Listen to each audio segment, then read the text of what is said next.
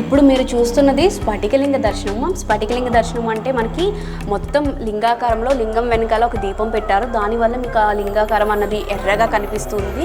ఇదంతా కూడా మనకి మీరు చూస్తున్నారు కదా. ఇది అయిపోయిన తర్వాత నేను బ్యాక్ తిప్పి చూపిస్తాను. ఒక చిన్న రంధ్రంలోంచి మనకి ఈ స్ఫటికలింగాకార దర్శనం అనేది అయితే జరుగుతుందన్నమాట.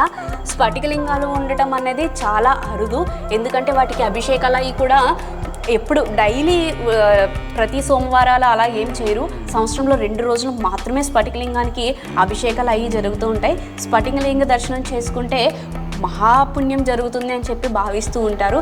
స్ఫటికలింగ దర్శనం కోసం ఎక్కడెక్కడి నుంచో కూడా చాలా ముఖ్య ప్రదేశాల్లో భక్తులు తరలి వస్తుంటారు. ఇక్కడ స్ఫటికలింగ దర్శనం కూడా చేసుకోవడం చాలా ఆనందంగా ఉంది. ఇప్పుడు ఏదైతే మనం స్ఫటికలింగ దర్శనం చేసుకున్నామో ఈ హోల్స్ నుంచి లోపల ఉన్న స్ఫటికలింగాన్ని దర్శించుకున్నాము అనమాట.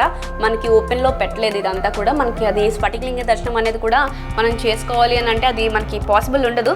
ఓన్లీ మనకి అభిషేకాలు అప్పుడే చేస్తారు. అభిషేకాలు కూడా సంవత్సరానికి 2 సార్లు అవుతాయి. ఈ చిన్న రంధ్రంలోంచి మనం ఆ స్ఫటికలింగాన్ని అయితే మనం ఇప్పుడు దర్శించుకున్నాం.